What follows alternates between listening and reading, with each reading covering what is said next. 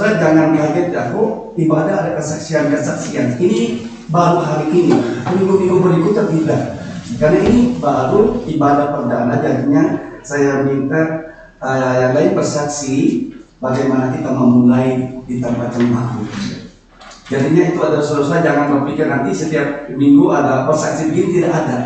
Hanya saya minta untuk minggu ini dan minggu seterusnya adalah langsung di dalam seperti biasa di dalam ibadah kita. Minggu depan pendeta Eker, 2 minggu kemudian itu adalah pendeta Ibu Alia, dia adalah gembala yang menggantikan saya, dulu saya di Batam, itu yang menggantikan saya di Batam. 2 minggu kemudian dia yang akan berkhotbah di sini, dan minggu berikut setelah pendeta Ibu Alia itu adalah istri saya yang akan melayani di sini. Dan saudara-saudara, ini sangat-sangat dengan kesibukan saya itu sangat banyak. Karena saya juga masih melayani di Makassar, di Jambi dan di Bogor. Dan ini kelihatannya saya akan melepaskan Makassar. Kalau saya melihat Makassar itu sangat potensial saudara-saudara, ya tempat itu. Tetapi saya melihat yang lebih sudah siap untuk saya tinggalkan itu adalah Makassar. Tetapi mungkin minggu depan saya ke sana karena ada kebutuhan yang mendesak.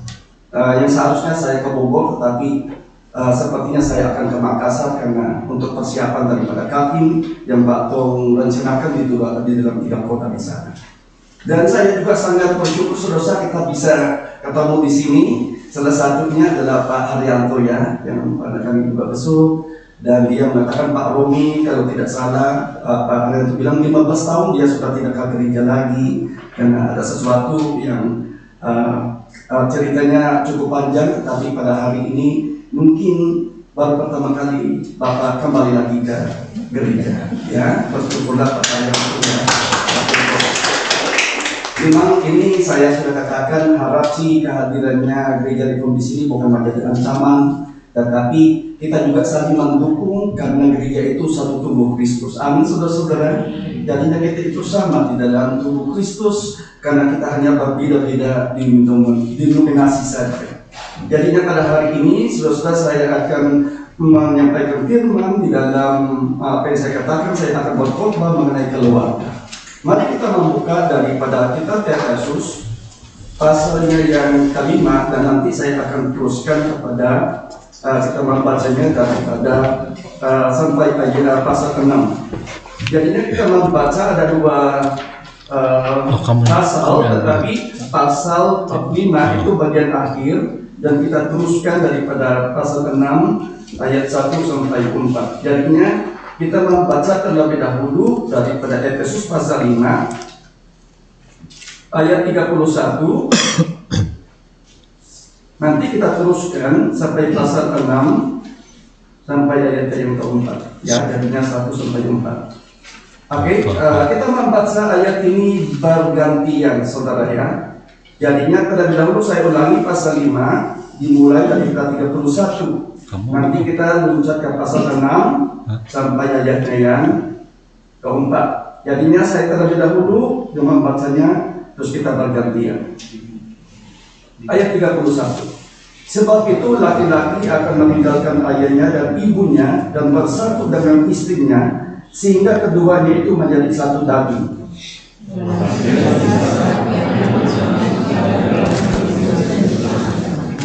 Bagaimanapun juga bagi kamu masing-masing berlaku kasihilah istrimu seperti dirimu sendiri dan istri hendaklah menghormati suaminya. Oke, sama-sama ya saudara yang pasal 6 ayat 1. 1, 2, ya.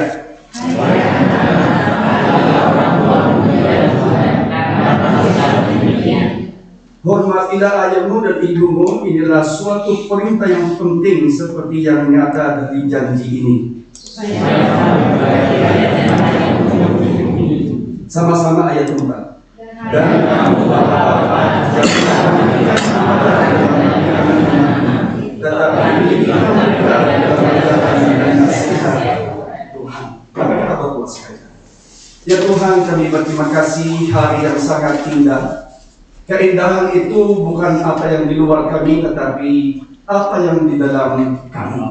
Itu adalah Tuhan sendiri. Ya Tuhan membuat indah itu segala sesuatu yang adalah indahnya.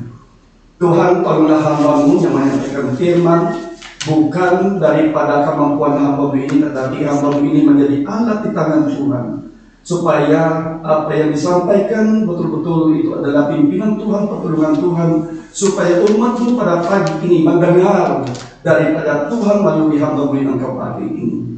Terima kasih ya Tuhan, berkati juga gereja-gereja di kota ini, di kabupaten ini ya Tuhan, supaya betul-betul kota ini diberkati Tuhan dengan orang-orang yang takut kepada Tuhan. Terima kasih ya Bapak atas berkat yang Engkau beri buat anak-anak yang bersama-sama dengan kami, dan juga kami semua ini Engkau memberkati dari awal sampai selesai ibadah ini. Inilah doa yang kami naikkan dalam nama Tuhan kami Yesus Kristus. Amin. Jadi saudara-saudara, saya akan berbicara mengenai keluarga. Yang pertama, kita tahu saudara-saudara di pasal 5 ini dia berbicara mengenai hubungan istri atau suami dengan istri, dan pasal 6 itu relasi dengan orang tua. Jadinya saudara-saudara, ini adalah sesuatu yang kita harus pahami. Jadinya saudara-saudara, pernikahan bukan apa yang dikehendaki manusia. Saya ulangi saudara-saudara, pernikahan bukan apa yang dikehendaki manusia. Jadinya saudara-saudara, setiap kali saya akan pimpin daripada pemberkatan, selalu saya membedakan dua kata dalam bahasa Inggris, tetapi selalu diterjemahkan dalam bahasa Indonesia itu sama. Wedding, bahasa Inggrisnya disebut pernikahan. Marriage juga disebut pernikahan. Tetapi kalau kita melihat saudara-saudara, wedding dengan marriage dua hal yang berbeda. Wedding itu adalah kita mempersiapkan apa yang di luar kita, makanan, baju, atau hal yang lain. Tetapi perhatikan saudara-saudara, setelah resepsi selesai, dikatakan dalam bahasa Inggris, the wedding is over, bukan? Saudara-saudara, setelah resepsi selesai, selesailah yang namanya wedding. Tetapi tidak demikian dengan marriage. Marriage yang kita siapkan bukan yang di luar, tetapi apa yang di dalam hati kita. Karena wedding adalah sesuatu di mana kita mengkaitkan dengan relasi kita dengan Tuhan. Jadinya saudara-saudara, apa yang saya maksud sebagai pernikahan orang Kristen itu bukan sesama manusia. Harus kita ingat, pernikahan orang Kristen adalah segitiga, bukan horizontal. Jadinya saudara-saudara, setelah pernikahan secara umum itu adalah seorang laki dengan seorang istri saling suka dan menikah. Berbeda dengan pernikahan orang Kristen. Sebelum saudara menikah, engkau betul-betul berdoa dulu siapa yang Tuhan kehendaki yang engkau nikahi. Amin saudara? Ini adalah pernikahan Kristen.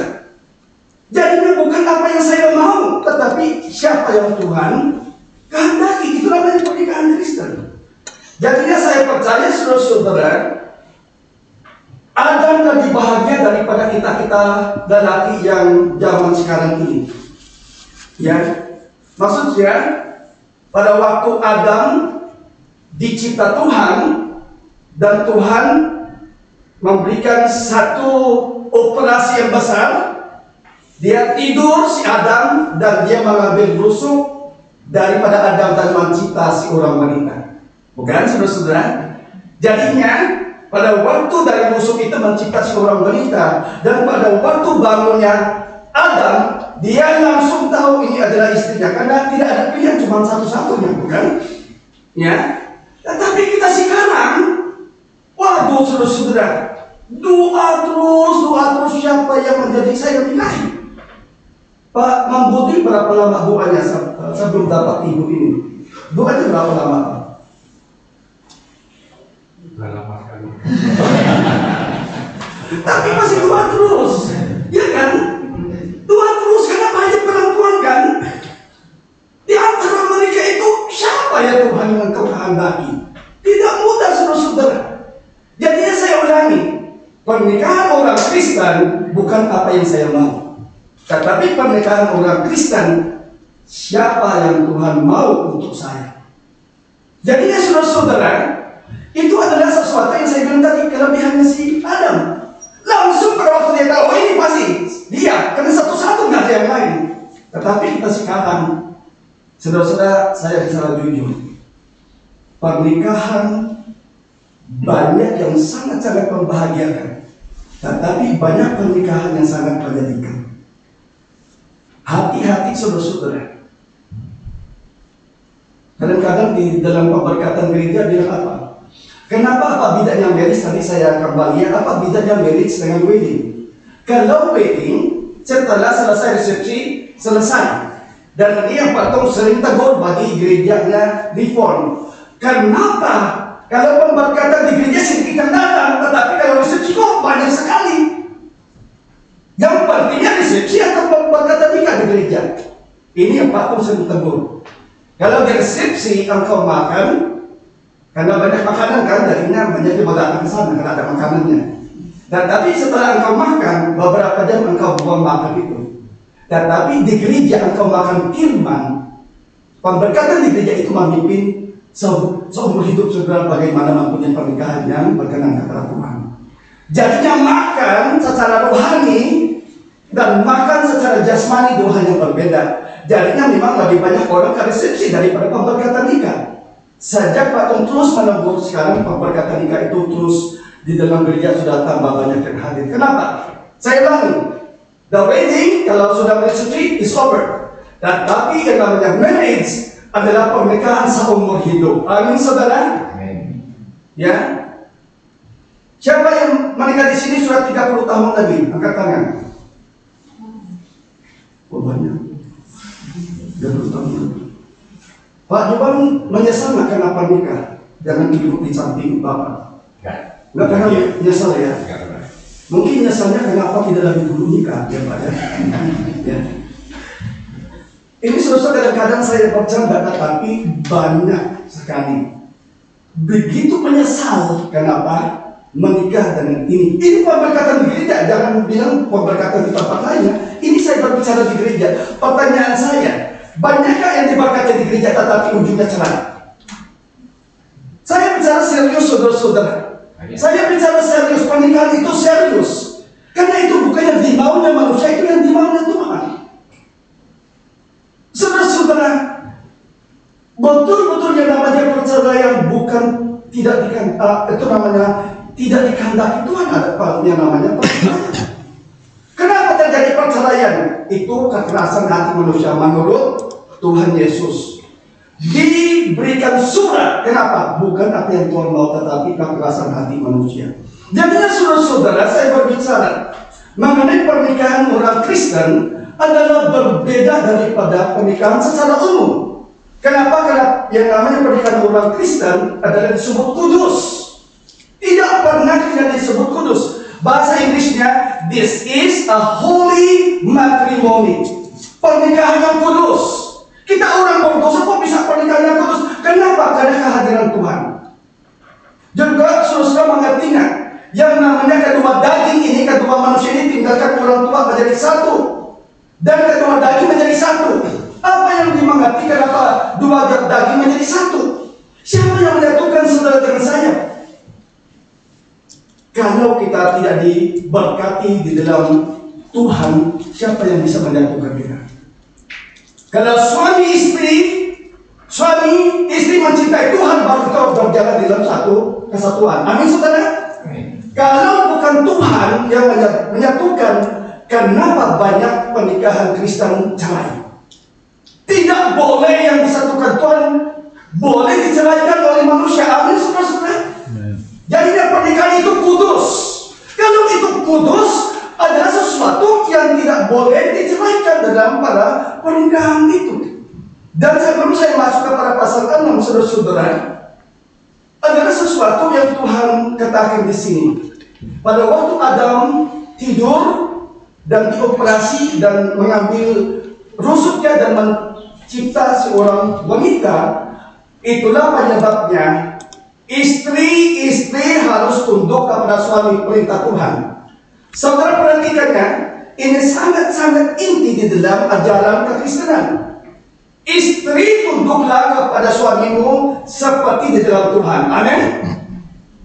Jadinya kalau istri tidak mau tunduk kepada suami, engkau melawan Tuhan. Saya serius saudara. Kalau istri tidak mau tunduk kepada suami, itu adalah melawan kata Tuhan. Jadinya istri tunduk kepada suami di dalam Tuhan. Jadi dia bilang begini ya, aduh, di zaman kita sekarang tidak gampang istri tunduk kepada suami. Tidak gampang. Apalagi kalau istri lebih besar gajinya. Apalagi kalau istri itu adalah lebih pintar daripada suaminya. Zaman dulu, sejak saya kecil, tidak biasa istri itu bekerja. Zaman dulu, tetapi di zaman sekarang karena kebutuhan ekonomi, banyak istri bekerja. Masalahnya bukan masalah bekerjanya. Masalahnya, saudara-saudara, adalah sesuatu godaan itu sangat besar kalau istri itu bekerja. Berbeda dengan kalau istri itu tidak bekerja. Jadinya saya akan kasih masukan, kalau saudara-saudara sebagai suami cukup untuk kebutuhan daripada keluarga, lebih baik istri jangan bekerja. Amin. Kan suami ada kebutuhan-kebutuhan tertentu untuk istri juga bekerja. Jadi saudara-saudara tidak dikatakan di sini istri tunduklah kepada suamimu kalau gajinya lebih besar, kalau dia lebih pintar dan seterusnya. Harus tunduk kepada suami karena itu di dalam Tuhan. Saudara-saudara, saya percaya di sini masih mengingat yang sudah umur mungkin 40 ke atas, masih mengingat yang namanya Margaret Thatcher menjadi Perdana Menteri yang sangat terkenal di zaman dulu. Ini salah satu Perdana Menteri yang tersukses di Inggris. Dia perempuan. Itu disebut apa? The Iron Woman. Memang dia sangat keras. Tetapi salah satu yang membuat saya adalah berterima kasih kepada Tuhan, sikapnya yang keras, tetapi dia mengatakan begini, di luar rumah saya bisa memimpin negara yang besar ini, yang maju ini, tetapi pada waktu saya masuk di dalam rumah kami, saya harus tunduk kepada suamiku. Dia mengerti peranan dia sebagai seorang istri. Jadinya saudara-saudara, kalau istri tidak mau tunduk kepada suami, itu sangat kekacauan bisa terjadi. Karena Tuhan membuat satu ordo. Kita perempuan dan laki sama di mata Tuhan. Tetapi secara ordo, Tuhan menetapkan seorang suami. Kenapa? Secara prinsip Alkitab, karena suami dicipta lebih dulu, bukan? Dan istri diambil daripada khusus sesuami. Itu yang dijelaskan oleh Rasul Paulus. Jadi saudara-saudara, saya percaya dan mengharapkan tidak ada di sini perempuan menyesal kenapa dia perempuan. Saya mau tanya ibu-ibu, perempuan menyesal kenapa perempuan? Waduh, gila sekali kalau laki dia terus tunduk aja terus kepada suami. Tetapi saudara-saudara, saya tidak mengacaukan doktrinnya. Dikatakan di dalam Alkitab, khususnya coba bapak-bapak atau ibu-ibu, karena memang itu buat ibu ya. Oke, ibu baca pasal 5 Efesus ayat 24. Ini adalah ayat yang paling disukai suami-suami. Ini yang paling disukai suami-suami ayat ini. Oke, ibu-ibu baca ya. Oke, pasal 5 Efesus ya ayat 24. Tetapi jangan serang-serang dulu bapak-bapak, karena saya akan memberikan penjelasan. Oke, ibu-ibu yang membaca ya. Efesus 5 ayat 24. 1, 2, ya. Karena itu sebagaimana semangat tunduk kepada Kristus, demikian juga istri kepada suami dalam segala sesuatu. Jadi kalau istri sudah macam-macam, langsung si suami kutip ayat ini. Jadi kadang-kadang ini ayat ini bukan menjadi bagian, tetapi pernah takut-takuti orang atau takut-takuti istri yang tidak mau tunduk kepada suami. Saudara, ayat ini mengatakan bukan saya menambah, tetapi saya menambah pengertian. Dikatakan di sini, hai istri, tunduklah kepada suamimu di dalam segala sesuatu, kalau suami itu tunduk kepada Tuhan. Amin, saudara. Jadi perhatikan, kalau suami tunduk kepada Kristus, istri tidak ada pilihan harus tunduk kepada suami. Tetapi kalau suami tidak mau tunduk kepada Kristus, istri itu mempunyai hak untuk tidak tunduk kepada suami. Kenapa? Karena kita semua milik Tuhan. Amin, saudara. Oh, enak saja suaminya, walaupun kalau dalam dosa, masih mau dukung istrinya untuk jatuh ke dalam dosa? Tidak mungkin kan? Jadi ayat ini mengatakan, hai istri, tunduklah kepada suamimu di dalam segala sesuatu, karena suami itu tunduk kepada Kristus. Itu poinnya. Jadinya istri, tunduklah kepada suamimu di dalam Tuhan. Hai suami, kasihilah istrimu di dalam Tuhan. Hai orang tua, mengasihi anak di dalam Tuhan. Hai anak-anak, taat kepada orang tuamu di dalam Tuhan. Kata kuncinya di dalam Tuhan. Saudara, harus kita sadar, tidak ada sesuatu yang kita miliki di dunia ini. Kita semua ini adalah milik Tuhan. Amin, saudara. Jadi perhatikan, kalau saudara tunduk kepada Tuhan, segala sesuatu itu beres. Tidak ada yang bisa menjadi problem. Masalah yang kita alami karena kita tidak mau tunduk kepada Tuhan. Dan ini kita yang membuat masalah, saudara-saudara, sebenarnya. Jadi kata kuncinya adalah di dalam Tuhan. Dan sebelum saya masuk ke pasal 6, saudara-saudara, secara teologis harus kita mengerti hal ini. Pada waktu Adam dicipta dan diambil rusuk daripada dia dan mencipta seorang wanita, itu adalah harus kita melihat pada waktu di dalam Yesus Kristus. Ini secara teologisnya, bukankah Yesus Adam yang kedua? Adam yang pertama, Hawa, dicipta dari rusuk itu. Dan umat manusia karena mereka makan buah itu, semua umat manusia adalah berdosa, bukan? Hati-hati saudara untuk mengerti ini, karena kalau saudara mengerti ini dengan tepat, dengan benar, pasti engkau dan saya mencintai Tuhan lebih daripada semua, baru segala pernikahan kita itu beres. Oke, apa yang saya maksud? Pada waktu semua manusia berdosa, jadinya Yesus adalah Adam yang kedua.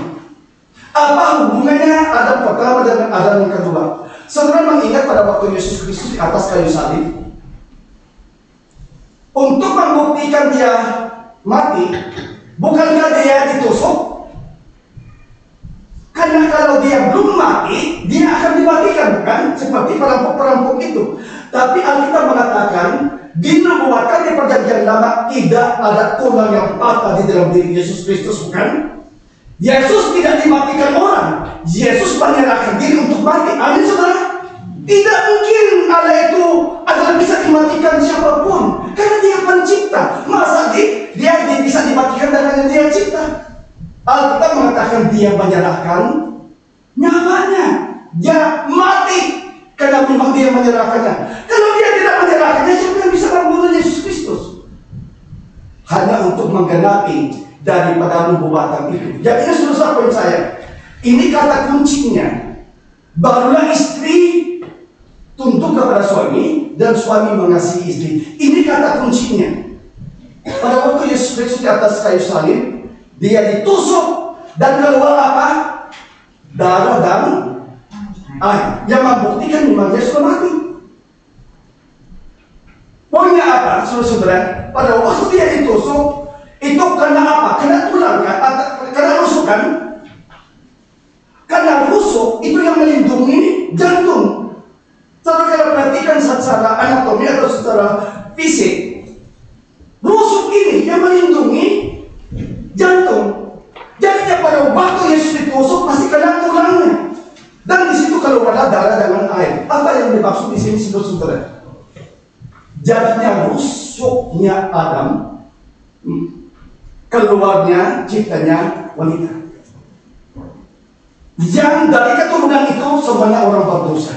Dan pada waktu Yesus Kristus di atas kayu salib, rusuk itu Adam yang kedua mengeluarkan darah dan air, dan melalui kematian Kristus sama sebagai gereja ditebus oleh darah Kristus. Masih mengingat Yesus mempelai pria dan kita gereja mempelai wanita.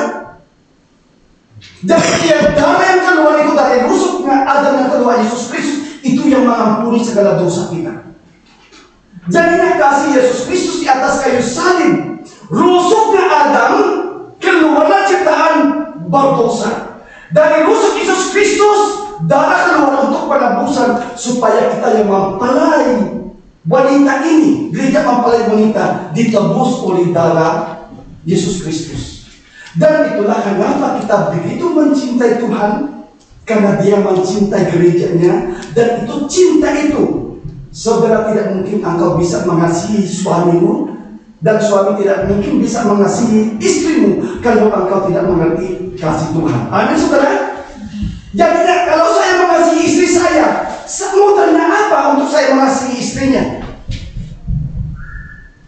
Pak Edwin, walaupun kadang-kadang istri ada kekurangan, tetap cintakan. Tetapi tidak pernah menyesal kalau dia menjadi istri Bapak. Nggak pernah menyesal juga, jujur. Oke, saudara. Jadinya bersyukur ya. Kalau saya membimbing dalam pernikahan, saya bertanya, pacarnya berapa? Selalu saya bertanya begitu. Berapa? Pak Yungki, Ibu Arti berapa? Kedua. 2 atau 3? Jujur. Karena kadang-kadang ya, kalau sudah masalah macam-macam, ada orang bilang begini, aduh, kenapa sih saya nikah yang ini?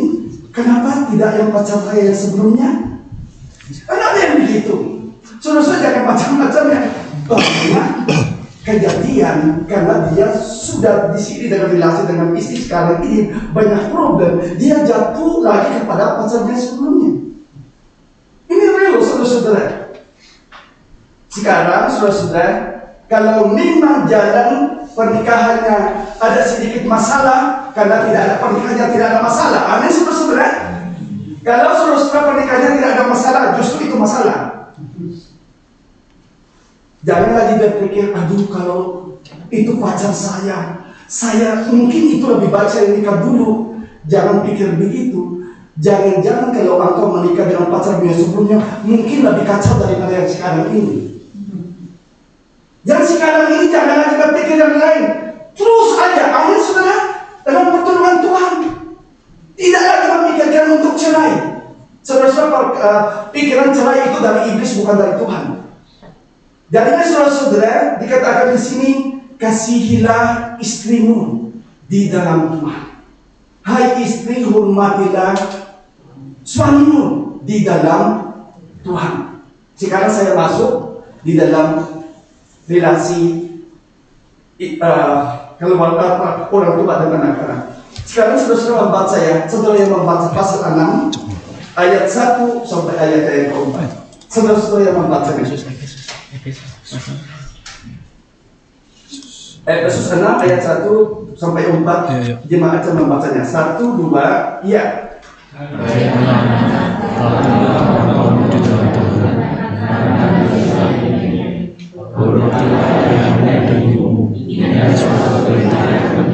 Seperti yang akan terjadi, saya akan memperbaiki jalanmu hidupmu, dan kamu jangan akan membawa tentang hatimu, tapi tidak ada cinta yang kasih. Saudara-saudara, dikatakan di sini, hai anak-anak, taatilah orang tuamu di dalam Tuhan. Saudara-saudara, saya akan memberikan beberapa poin di sini. Harus kita mengingat, saudara, kalau anak-anak itu adalah pemberian daripada Tuhan. Saudara-saudara, mungkin di sini ada sebagian yang tidak tahu kalau saya dan Ibu Maria itu tidak dikaruniakan anak. Kadang-kadang saya berpikir begini ya, kami kan dua-duanya hamba Tuhan. Kalau kami mau berdoa kepada Tuhan, semestinya kami sebagai hamba Tuhan lebih dekat dengan Tuhan dong, dibanding dengan Pak Imawan. Pak Imawan ini istrinya masih ingin melambat, tapi dia nggak mau, saudara-saudara. Ya, biasanya istrinya tidak mau, tetapi Pak Imawan ini dia tidak mau. Tapi saya hampir tergoda, Pak, anaknya satu kasih kepada kami lah. Jadi selesai itu poin saya adalah bukan karena saudara ingin punya anak, engkau bisa melahirkan anak. Kalau sudah bisa melahirkan anak, itu adalah anugerah Tuhan. Jadi saya bilang begini, saudara, Ibu Maria dan saya berdoa punya anak.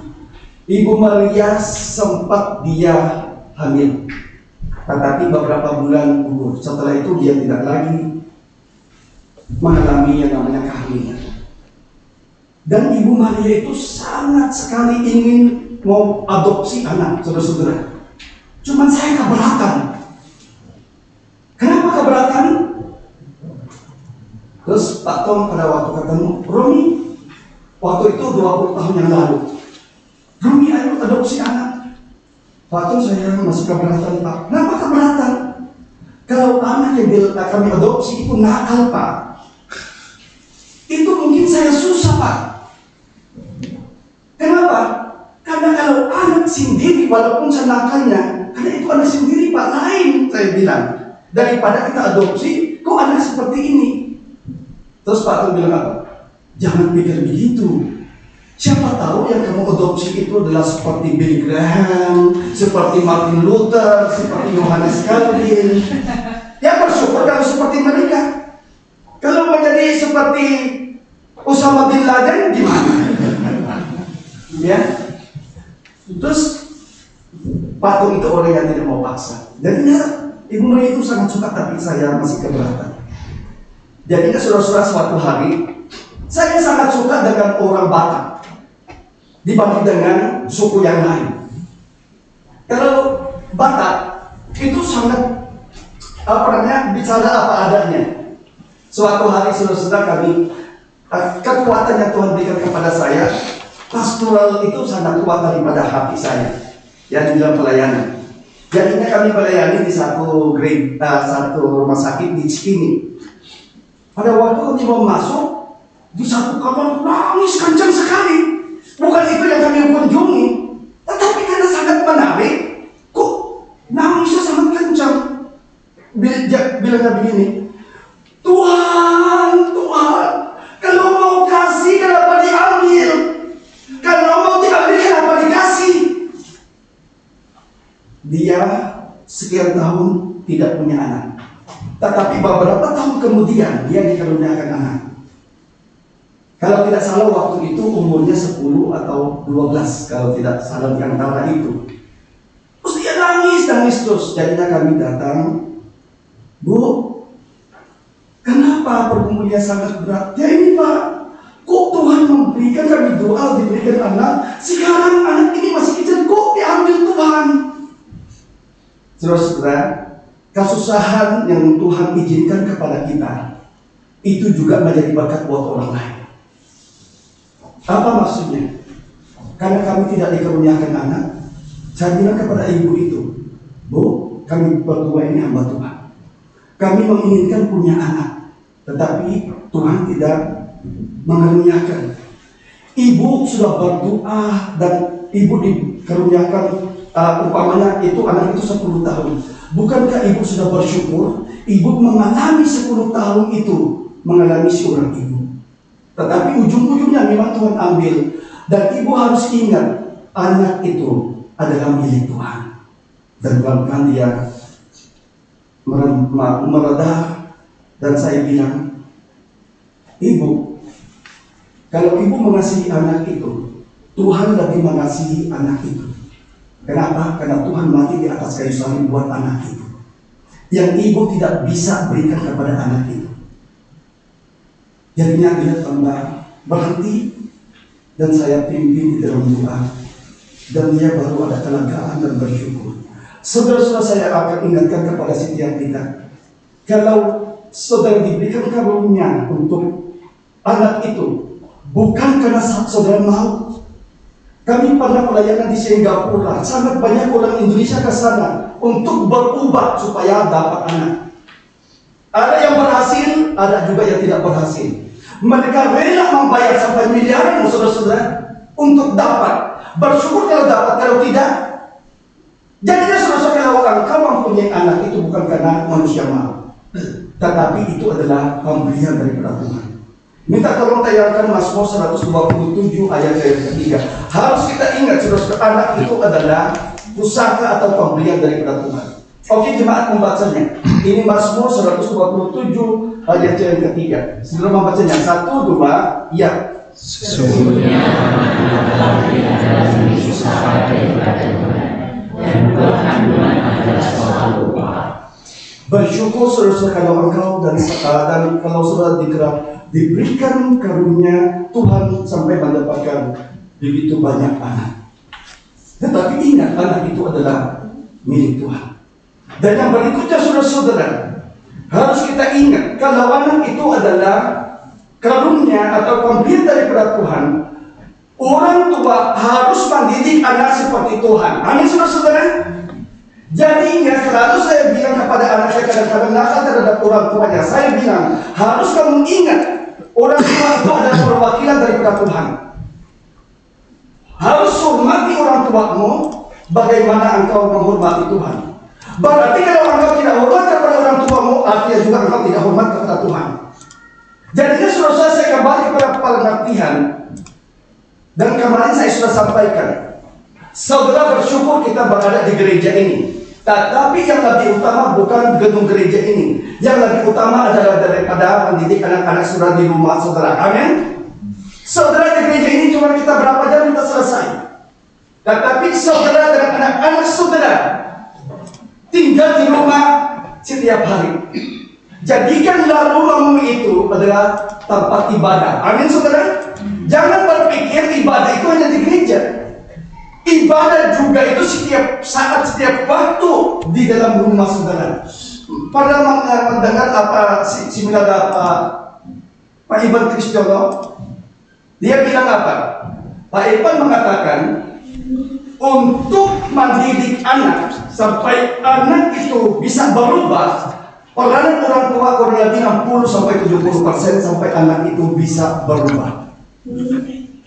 Setelah orang tua, pendeta. Setelah pendeta atau hamba Tuhan, itu adalah guru-guru.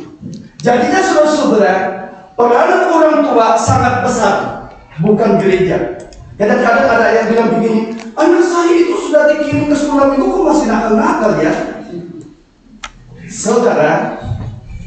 Saudara bukan engkau kirim anak di sekolah minggu, langsung keluarnya seperti malaikat saudara-saudara.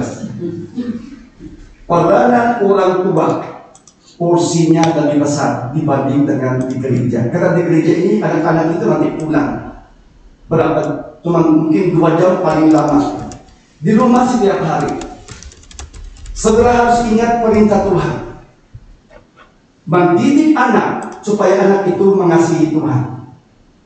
Selalu saya bilang kepada guru sekolah minggu, saudara pintar mengajar bahan-bahan, tetapi kalau anak itu tidak mengasihi Tuhan, itu kegagalan. Saudara pernah mendengar banyak anak dibesarkan di sekolah minggu, tetapi kemudian melawan Tuhan? Kenapa? Bukan mereka datang ke gereja. Betulnya anak itu menyadari kalau dia itu adalah milik Tuhan. Masih mengingat yang namanya Nietzsche? Mungkin pada sudah mendengar yang pelajari teologi. Nietzsche ini kakinya pendeta, orang tuanya pendeta, tetapi Nietzsche apa? Melawan Tuhan. Jadinya saudara-saudara, bukan gereja itu. Betulnya anak itu menyadari kalau dia itu milik Tuhan. Jadinya saudara-saudara, kalau orang tua tidak mendidik dengan baik, anak itu adalah mengasihi Tuhan. Saudara sebagai orang tua gak akan mempunyai anak. Karena dikatakan di dalam Alkitab, kasihilah Tuhan dengan segenap hatimu, dengan segenap kekuatanmu, dengan segenap. Amin saudara. Ini perintah yang tertinggi. Jadinya anak-anak itu harus dididik di dalam kasih Tuhan. Minta tolong tayangkan Ulangan pasal 6. Perhatikan saudara-saudara ini yang dikatakan Tuhan kepada bangsa Israel. Ulangan pasal yang ke-6 ayat 4 sampai ayat yang ke-7. Perhatikan perintah Tuhan kepada bangsa Israel. Saudara, perhatikan perintah Tuhan. Saudara membacanya. 1, 2, ya. Dengarlah orang Israel, Tuhan itu Allah, Tuhan itu Esa. Kasihilah Tuhan dengan segenap hatimu, dengan segenap jiwamu, dan dengan segenap kekuatanmu. Apa yang kuperintahkan kepadamu pada hari ini, sungguh kau perhatikan. Perhatikan ayat 7 ya. Oke, 1, 2, ya.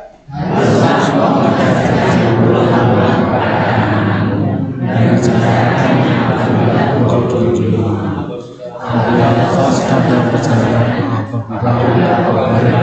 apabila engkau bangun. Rumah kita harus menjadi tempat ibadah. Saya tidak tahu di sini siapa orang tua sebelum anak itu tidur, saudara bisa ada yang namanya, kalau karismatik itu mengatakan family altar. Kalau saya dibesarkan dengan mama saya, papa saya itu nelayan. Jadinya mama yang lebih berperan sebagai si orang suami dan si orang istri, karena papa nelayan selalu dia ke laut. Terus mama itu paling sedikit 1 minggu itu 2 hari kami ada yang namanya, kalau bahasa Inggrisnya family devotion.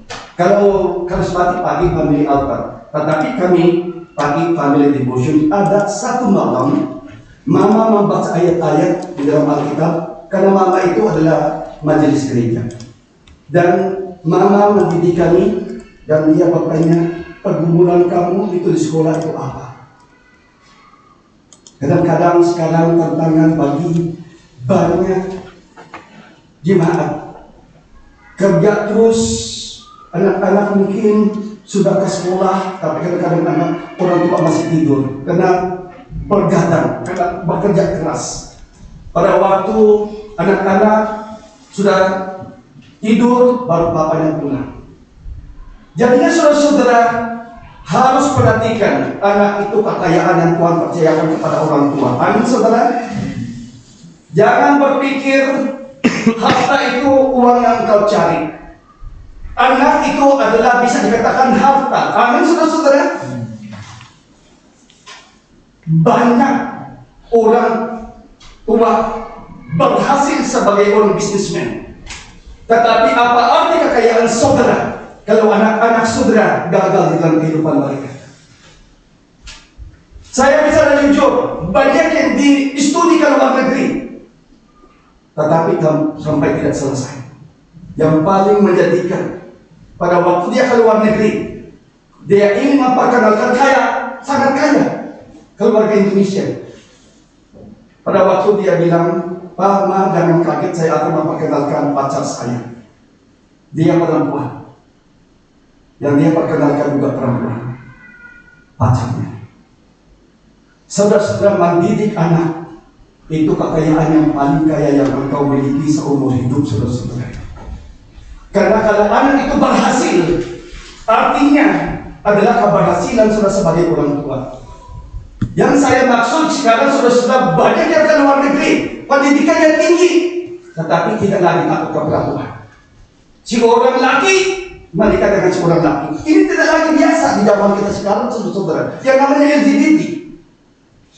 Jadi saudara-saudara, saya selalu menghimbau kepada setiap kita, orang tua harus mengerti dan memahami anak ini milik Tuhan yang dipercayakan kepada saudara. Nanti suatu hari engkau berhadapan dengan Tuhan yang mempertanggungjawabkan saudara-saudara di hadapan Tuhan. Jadinya saudara-saudara, saya akan menghimbau gereja ini tambah maju nanti, negara ini tambah maju nanti kalau kita mempunyai keluarga yang takut kepada Tuhan dan mencintai Tuhan. Dan ini yang berikutnya, saudara-saudara, ini sangat ayat yang tidak banyak orang sukai, tetapi harus dikhotbahkan. Minta tolong tayangkan Matius pasal 10 ayat 37, ini kalimatnya Yesus Kristus. Saudara harus mengingat ini, karena harus saudara ingat, semua kita di sini milik Tuhan. Agar saudara membacanya, ini memang tidak mudah untuk mengerti, tetapi harus kita terima. Saudara membacanya 1, 2, ya. Karena siapa mengasihi Bapa atau Ibunya lebih daripada aku, ia tidak layak dariku. Karena siapa mengasihi anaknya laki-laki atau perempuan lebih daripada aku, ia tidak layak dariku. Saudara, saya ulangi, kalau anak itu dididik di dalam takut akan Tuhan, pasti dia hormat kepada orang tuanya. Itu kuncinya. Jadinya setiap kita, saudara-saudara, pada waktu saudara dengan saya nikah, saya juga kasih tahu kepada orang tua, sejak anak-anak orang tua yang ada di sini, kalau anak itu sudah nikah, keluarganya itu lebih penting daripada orang tuanya yang susah diterima. Tetapi ajaran Alkitab harus kita terima. Saya ulangi, saya tidak mengatakan kehidupan kita sebagai orang Kristen, tetapi prinsip Alkitab dikatakan si orang suami dan si orang istri meninggalkan orang tuanya dan bersatu. Jadinya harus ingat orang tua, anak ini milik Tuhan.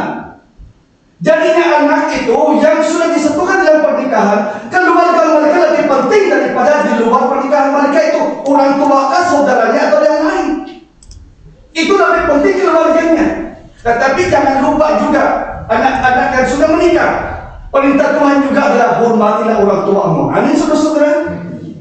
Harus ingat juga di dalam hal itu. Jadinya ini mengatakan apa? Tidak boleh kita itu mengasihi orang tua kita lebih daripada Tuhan. Tidak boleh anak itu mengasihi siapapun lebih daripada Tuhan. Engkau tidak layak menjadi muridku. Saudara, saya bicara sejujurnya ya. Ada saatnya kalau engkau dalam segala pergumulannya, engkau tidak bisa lagi ditolong suamimu dan istrimu. Kalau engkau sudah menghadap yang namanya kematian, engkau tidak lagi bisa ditolong suamimu dan istrimu. Tetapi hanya yang pasti engkau berdoa, Tuhan, tolonglah saya Tuhan. Saya ulangi saudara-saudara, manusia itu ada keterbatasan. Kenapa kita mengatakan utamakan ya Tuhan? Karena waktu kita saudara-saudara kita akan berpisah satu dengan yang lain di bumi ini. Bersyukur kalau kita dua-duanya baru meninggal bersama-sama. Tetapi banyak di dalam pernikahan yang mengatakan saya mengasihimu, setelah istri menikah suaminya menikah lagi, bukan? Satu-satu yang tidak tergantikan di bumi ini. Kenapa Tuhan mengatakan kasihilah Tuhan dengan segenap? Karena kita ini milik Tuhan. Jadi saya ulangi dengan satu kalimat saudara-saudara. Kalau kita mengasihi Tuhan, itulah kita beratas seluruhnya dan hidup ini akan diberkati oleh Tuhan. Dan yang berikutnya saudara-saudara, dikatakan kepada orang tuanya adalah bagaimana anak-anak juga itu adalah taat kepada orang tuanya dan itu adalah berkenan kepada Tuhan. Minta tolong tayangkan Kolose 3 ayat 20. Kolose 3 ayat 20, saudara-saudara, perintah kepada anak-anak. Oke, saudara membacanya. 1, 2, ya.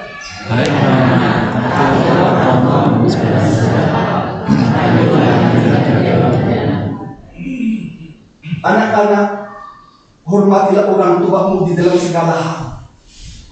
Tidak dikatakan kalau dia menolong, kalau dia memberkati engkau atau orang tua itu layak dikasihi dan seterusnya. Dikatakan di sini, hormatilah orang tuamu. Saudara-saudara, adalah sesuatu yang namanya menghormati orang tua adalah menghormati Tuhan. Tidak menghormati orang tua artinya tidak menghormati Tuhan. Dan saya akan menutup dengan satu pengertian saudara-saudara sebelum saya masuk kepada bagian yang terakhir. Perkataan Tuhan kepada anak-anak, kalau engkau taat kepada orang tuamu, ada dua berkat yang Tuhan beri kepada anak yang taat kepada orang tua. Yang pertama, hidup apa? Hidup di dalam panjang umur. Itu berkat Tuhan. Banyak anak-anak tidak taat kepada orang tua, mati muda. Saudara-saudara, anak kalau tidak mau taat kepada orang tua, itu sama artinya kita juga tidak hormat kepada Tuhan. Berkat yang kedua, anak-anak yang taat kepada orang tua, mengasihi orang tuanya, akan hidup sukacita. Amin, saudara-saudara. Apapun sekaya-kaya saudara di bumi ini, tetapi relasi saudara dengan orang tuanya tidak baik, itu tidak ada artinya. Karena kekayaan yang paling dimiliki kita semua adalah Tuhan itu sendiri. Jadinya kalau Tuhan itu di dalam rumah tangga kita, itu kebahagiaan yang tidak bisa digantikan oleh apapun. Kadang-kadang ada orang yang rumahnya bagus sekali, tetapi suaminya tidak setia. Apa bagusnya rumahnya? Apa bagus kekayaannya? Kalau suami tidak setia, kalau dia macam-macam. Jadinya kekayaan yang paling kaya yang saudara miliki dan saya miliki adalah bukan harta tetapi Tuhan. Amin, saudara.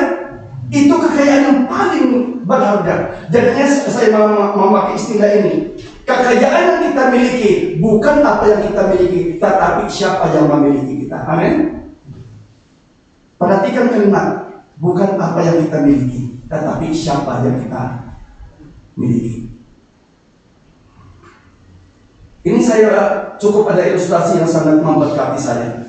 Ini di Filipina. Saudara-saudara, kalau engkau familiar dengan Filipina, ada satu perguruan tinggi di Filipina yang paling kelasnya tinggi. Kalau di Indonesia yang namanya University of Indonesia itu namanya UI, ya. Mungkin yang lain di sini tidak tahu kalau saya ini orang Filipina, ya.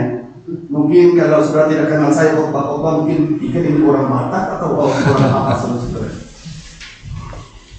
Umumnya di Filipina, presiden-presiden kami itu lulusan daripada yang namanya University of the Philippines, secara singkat UP, University of the Philippines. 3 tahun yang lalu, saya membaca di satu kabar atau pada video klip yang menjadi viral di Filipina. Pada waktu saya mendengar, saya pun menitiskan air mata. Karena anak ini dari keluarga miskin, dan dia mendapatkan yang namanya, dia adalah cum laude. Pada mungkin saudara familiar dengan kata ini. Kalau engkau pintar itu namanya cum laude, kalau lebih pintar itu namanya magna cum laude, kalau lebih pintar lagi itu namanya summa cum laude. Dan anak ini mendapatkan yang namanya cum laude. Jadinya pada waktu wisuda, dia diberikan kesempatan untuk namanya berikan speech. Dia mewakili semua mahasiswa. Dan pada waktu dia menyampaikan, dia mengatakan begini, saudara-saudara, kalau lihat saya sepertinya saya pintar ini dan itu, tetapi hari ini saya tidak ada di depan saudara kalau bukan papa saya yang petani. Kadang-kadang ada anak-anak kurang memberikan hormat kepada orang tuanya karena dia bangga kalau anaknya itu pengacara atau bisnismen atau apa. Tetapi kalau anak orang tuanya itu adalah pekerjaan yang sangat berat dari mata orang itu, dia tidak membanggakan orang tuanya. Tetapi anak ini, dia bilang, kalau saya ada sekarang ini karena ada seorang yang membesarkan saya, memberikan arahan kepada saya untuk mencintai Tuhan. Kalau saya ada di sini karena papa saya, walaupun dia petani, dan dia minta papanya berdiri di pada waktu wisuda itu. Pada waktu dia minta bapaknya berdiri, semua yang di ruangan itu berdiri sama dan tepuk tangan, itu namanya standing ovation. Dan dia mengatakan satu kalimat, saudara lihat saya, tapi kalau lihat saya karena ada orang tua saya. Jadinya saudara-saudara perhatikan, orang tua adalah wakil daripada Tuhan. Dan saya menutup dengan bagian ayatnya yang ketiga dan ayatnya yang keempat, saudara-saudara. Membaca sekarang, mari kita membaca bersama-sama Efesus 6 ayat 3 dan ayatnya yang keempat. Bersama. Efesus 6 ayat 3 dan 4 bersama. 1, 2, ya. Supaya kamu berbahagia dan panjang umur di bumi. Dan kamu bapak-bapak, jangan terpaksa amalan di dalam hati anak-anakmu, tetapi didiklah mereka di dalam ajaran dan nasihat Tuhan. Beberapa poin ini sedikit lagi saya selesai. Yang pertama, ada peringatan buat orang tua. Tadi saya sudah katakan, orang tua harus ingat anak-anak ini bukan milik saudara, ini adalah milik Tuhan. Dan dia mengatakan perintah-perintah kepada orang tuanya. Orang tua harus ingat, anak-anak yang dilahirkan harus menganggapnya sama. Amin.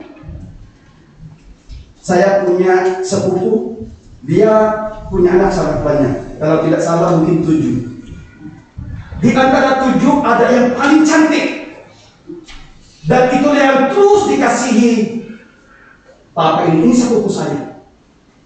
Dan anak-anak yang lain merasa begitu kecewa, sampai anak yang satu kabur. Kenapa? Karena dia merasa dia tidak dianggap lagi seperti anak. Jadinya saudara-saudara, jangan menimbulkan suatu yang namanya amarah daripada anak-anak, karena saudara-saudara itu menganggap yang lain daripada yang lain. Dan saudara-saudara, saya akan juga memberikan peringatan, khususnya orang-orang Chinese ya. Saya di Filipina tidak begitu memperhatikan hal ini, tetapi pada waktu saya di Indonesia baru saya memperhatikan. Orang-orang Chinese di Indonesia ada yang bilang apa? Anak cucu dalam cucu dalam dan cucu luar. Karena cucu dalam itu lebih dipelihara daripada cucu luar. Terus saya bingung, kenapa? Karena ini nama yang membawa marga itu. Saya bilang sebagai hamba Tuhan, sebagai pendeta, saya mengatakan anak dalam, cucu dalam atau cucu luar harus sama mengasihinya, karena semuanya ini dari Tuhan. Tidak boleh bedakan ini cucu dalam dan ini cucu luar. Jadinya saudara-saudara, anak laki dan anak perempuan harus orang tua mengasihi sama rata. Amin saudara-saudara. Dan yang terakhir, Tuhan mengatakan apa? Nasihatilah anak-anak itu. Orang tua, tantangan kita di zaman sekarang ini sangat bahaya. Sangat bahaya apa? Teknologi sekarang yaitu seperti fighter. Teknologi itu berkat atau kutuk? Banyak teknologi yang membawa lebih percaya kepada Tuhan, tetapi banyak teknologi sekarang membawa manusia meninggalkan Tuhan karena teknologi itu. Jadinya saudara, saya akan berbicara bagi setiap kita. Alkitab mengatakan, didiklah mereka di dalam Tuhan. Suatu hari kami pelayanan di Kanada. Ini orang Indonesia yang kami layani di Kanada. Karena anak ini mau ujian, tidak mau belajar. Terus anak ini karena orang tuanya orang Indonesia dan biasa di Indonesia mungkin pukul, karena anak ini berkali-kali dikatakan belajar karena ujian, main terus. Jadinya apa yang terjadi? Dia pukul anak itu. Setelah pukul, dia masuk ke sekolah. Temannya ini adalah orang boleh karena ini di Kanada. Terus dia lihat tuh ada sesuatu di badannya temannya itu. Kenapa ada ini? Terus dia bilang, karena saya dipukul mama. Apa yang terjadi saudara? Anak ini dibawa ke polisi, lapor mamanya, orang boleh itu. Dan pada waktu polisi datang ke rumah itu, ketakutan si ibu itu yang orang Indonesia. Saudara, jangan macam-macam di barat. Kita bersyukur, Alkitab mengatakan rotan itu adalah tanda kasih untuk mendidik anak. Ini firman Tuhan. Saudara-saudara, minta tolong tayangkan daripada Amsal 13 ayat 24. Amsal 13 ayat 24. Lebih baik saudara-saudara anak itu dididik supaya mereka diluruskan jalannya. Oke saudara-saudara, membaca Amsal 13:24. 1, 2, iya. Siapa dia menggunakan Tuhan benci pada anaknya, tapi siapa mengasihi anaknya, maka dia adalah anak. Kalau anak itu sudah salah, harus dihajar. Hajar itu bukan benci, tetapi kasih. Kalau anak itu sudah salah, saudara tidak meluruskannya, itu bukan kasih. Itu adalah orang tua yang jahat. Orang tua yang jahat, anak sudah salah, tidak diluruskan. Saudara harus ingat, anak ini milik Tuhan. Amin saudara-saudara. Jadi kalau anak itu sudah salah, dididik dari masa kecilnya.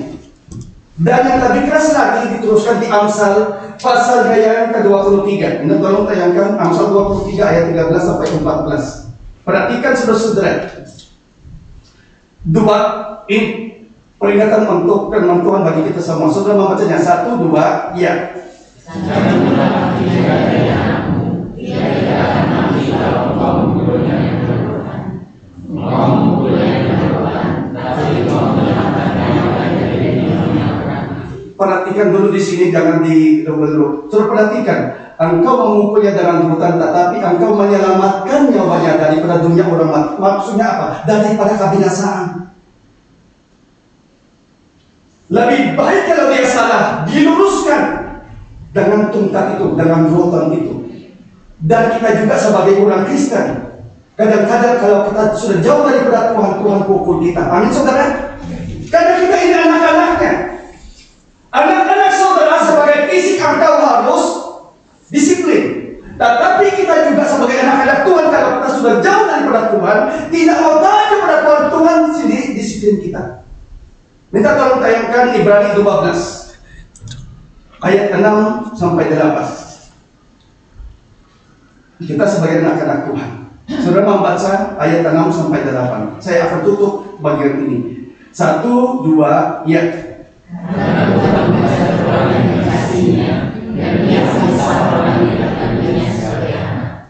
Jika kamu tersebut mengajar, Allah memperlakukan kamu sekarang, di mana terdapat anak yang diajar jalan ini.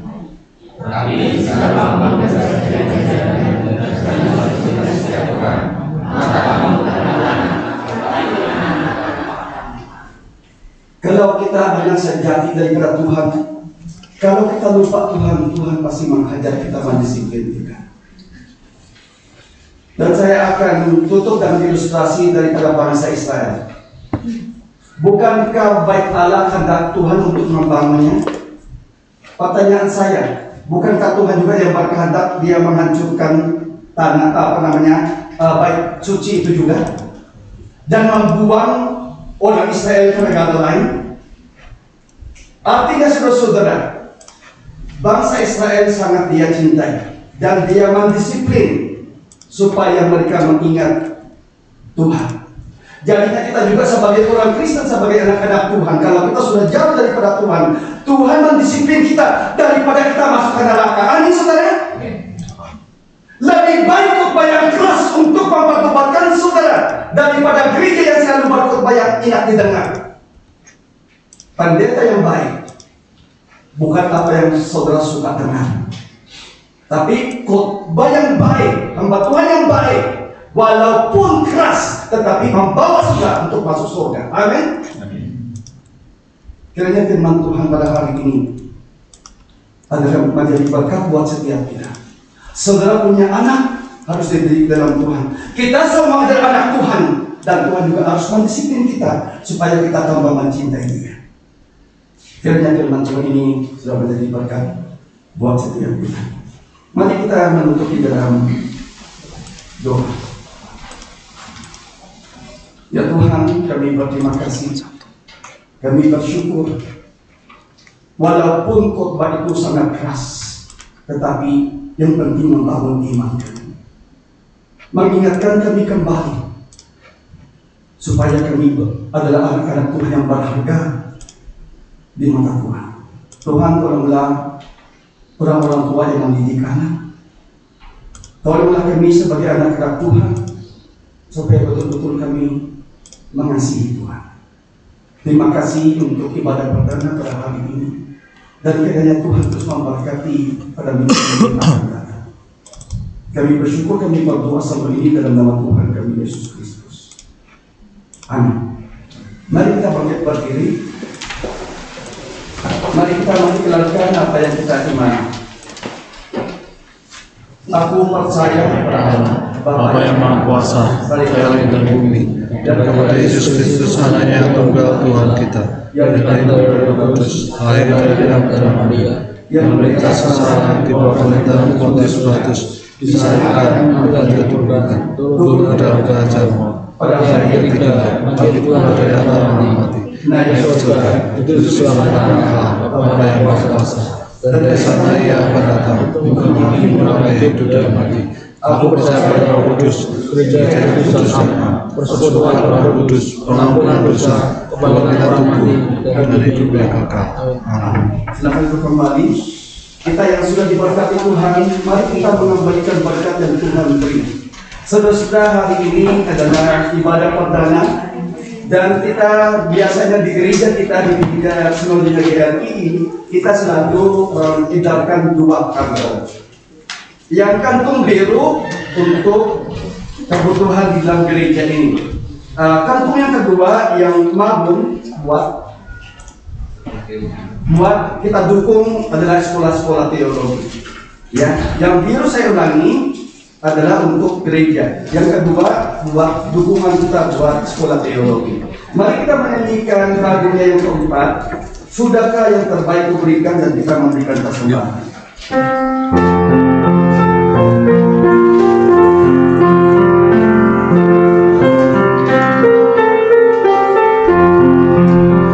Sudahkah yang terbaik kuberikan,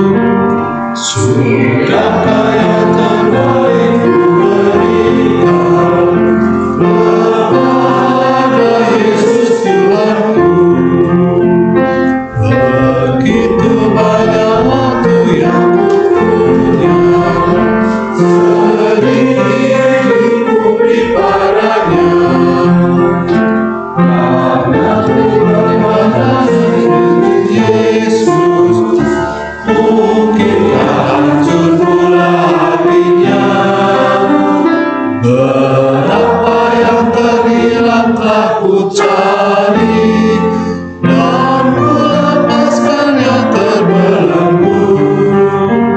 Sudahkah yang terbaik ku berikan kepada Yesus Tuhanku? Telah memperhatikan sesama, kata aku biar binasa. Ku patut mengantarnya pada Kristus, dan kasih Tuhan harus ku sebar. Siapa yang terhilang telah ku cari, dan ku lepaskan yang terbelenggu. Sudahkah yang terbaik ku berikan kepada Yesus Tuhanku?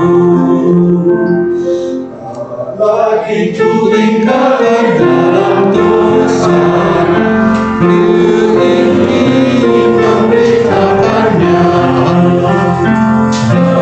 Kasih-Ku bersama yang orang pada dunia yang sedang binasa.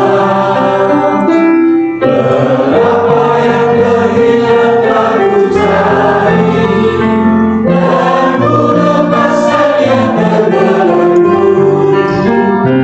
Sudahkah yang terbaik ku berikan kepada Yesus Tuhanku? Pak ini kita so Tuhan Allah Bapa kami yang berkata di surga, mengucapkan kepadamu dengan hati yang bersyukur atas segala berkat yang Engkau berikan kepada kami semua di dalam hidup kami.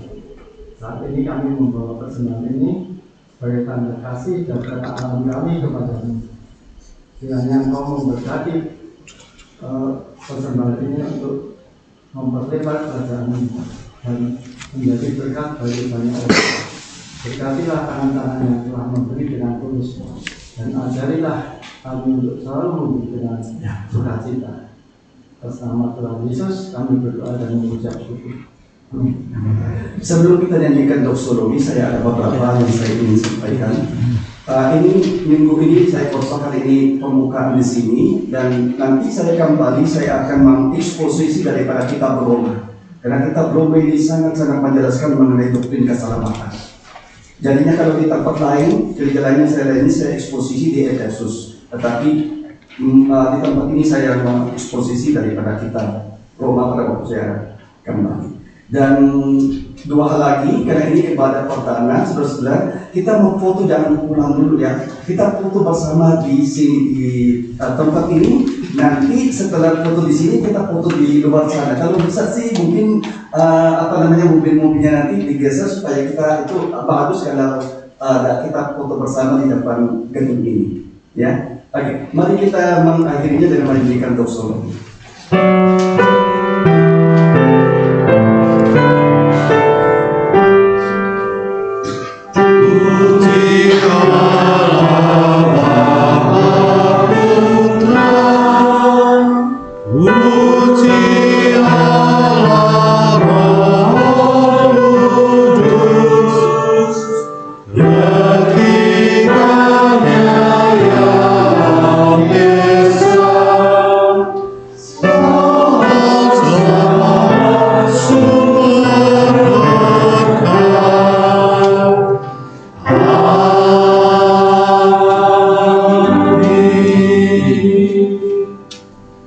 Saudara yang dikasihi oleh Tuhan, pulanglah dengan perut damai sejahtera.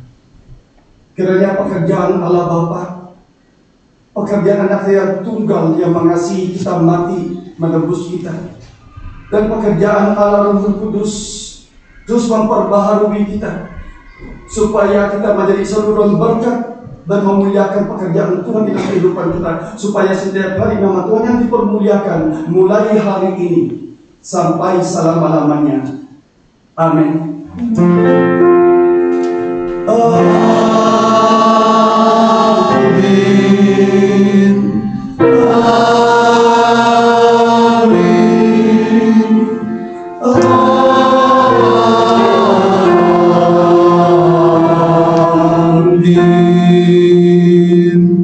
Siap